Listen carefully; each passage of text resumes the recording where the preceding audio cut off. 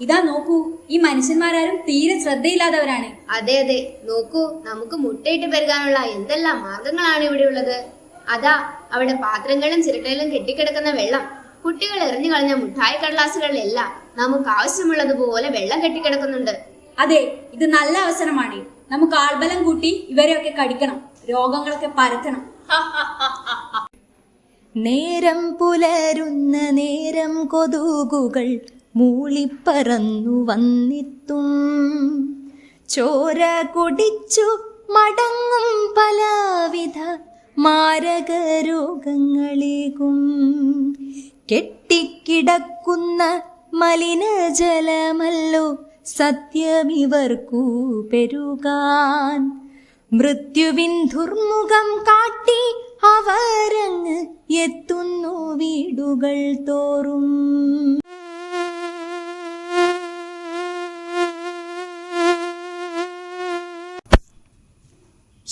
ഈ കൊതുക്, അമ്മ ഇതെന്തൊരു കൊതുകാ? വൈകുന്നേരം ജനലും വാതിലൊക്കെ അടച്ചിടണമെന്ന് ഞാൻ പറഞ്ഞിട്ടില്ലേ? തുറന്നിട്ടിട്ടല്ലേ കൊതുകൊക്കെ കയറുന്നത്. അതുപോലെ മോളെ, നീ ആ ഫുൾ കൈ ബനിയനൊക്കെ ഒന്ന് എടുത്തിട്ട്, അപ്പൊ കൊതുകൊന്നും കുത്തില്ല. ശരി അച്ഛാ. എല്ലാം ചെയ്തിട്ടു ഈ കൊതുക് പിന്നെയും കടിക്കുവാന്നല്ലോ. എന്താ ഇതിനൊരു വഴി?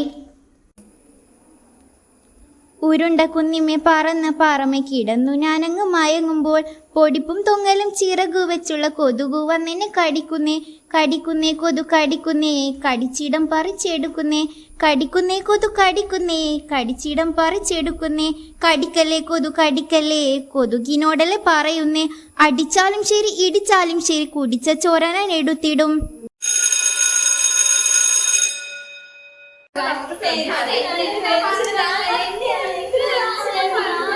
കുട്ടികളെ കുട്ടികളെ, ആരാണ് ഇവിടെ ഒച്ചയുണ്ടാക്കുന്നത്?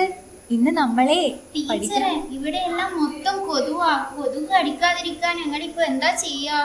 അതെ, മീന് പറഞ്ഞതുപോലെ തന്നെ മഴയെ പ്രമാണിച്ച് നിറയെ കൊതുകുകളും മറ്റുമാണ്. കൊതുക് കടിയിലൂടെ വളരെയധികം രോഗങ്ങൾ നമുക്ക് പടർന്നു പിടിക്കാനുള്ള എല്ലാ സാധ്യതയുമുണ്ട്.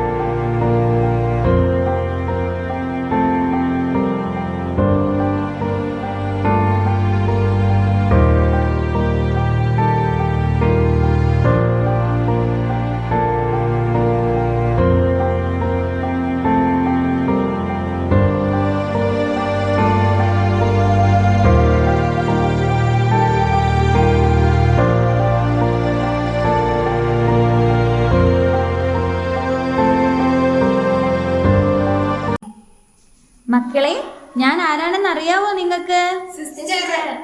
നിങ്ങൾക്കൊക്കെ സുഖമാണോ? മഴക്കാലത്താണ് കൊതുകുകൾ കൂടുതലായും പെരുകുന്നത്.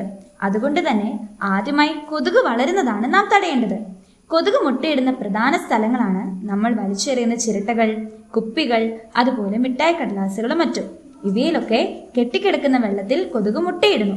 ഇത്തരം സാധനങ്ങൾ വലിച്ചെറിയാതിരിക്കുകയും അതുപോലെ കെട്ടിക്കിടക്കുന്ന വെള്ളം മറിച്ചു കളയുകയും ചെയ്യണം. നിങ്ങൾ അതൊക്കെ ചെയ്യുവോ? അതുപോലെ തന്നെ കൊതുക് കടിക്കാതിരിക്കാനും നമ്മൾ ശ്രദ്ധിക്കണം. ഫുൾ കൈയുള്ള ഡ്രസ്സൊക്കെ വേണം ഇടാൻ. രാത്രിയിൽ കിടക്കുമ്പോൾ കൊതുക് വല ഉപയോഗിക്കണം. അതുപോലെ കൊതുക് കടിക്കാതിരിക്കാനുള്ള ക്രീമുകളും മറ്റും പുരട്ടുകയും ചെയ്യാം. ഇതൊക്കെ മക്കൾ വീട്ടിൽ ചെന്ന് അമ്മയോടും അച്ഛനോടൊക്കെ പറഞ്ഞ് അതുപോലെ ചെയ്യില്ലേ?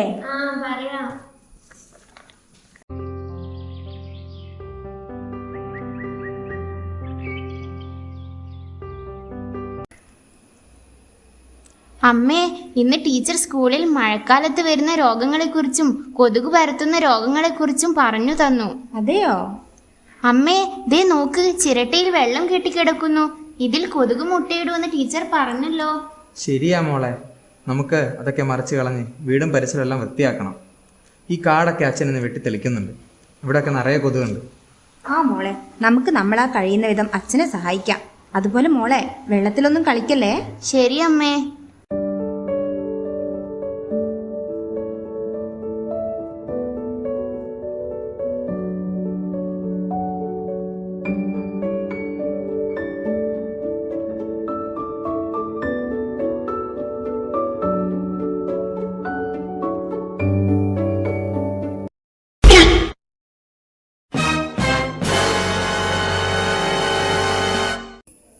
അയ്യോ, ചതിച്ചല്ലോ.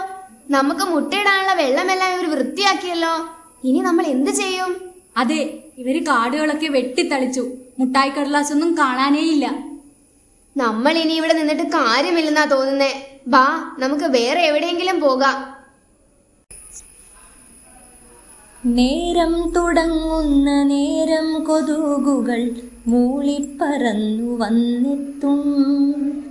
ചോര കുടിച്ചു മടങ്ങും പലവിധ മാരകരോഗങ്ങളേകും. കെട്ടിക്കിടക്കുന്ന മലിനജലമല്ലോ സത്യമിവയ്ക്കു പെരുകാൻ. മൃത്യുവിൻ ദുർമുഖം കാട്ടി അവരങ്ങ് എത്തുന്നു വീടുകൾ തോറും. ചിക്കുൻകുനിയയും ഡെങ്കിപ്പനികളും കൊതുകു പരത്തും പനികളല്ലോ. കൊതുകില്ലാതാക്കുക കൂട്ടുകാരെ, ഏറെ പനികളും തൂത്തുമാറ്റിടാം.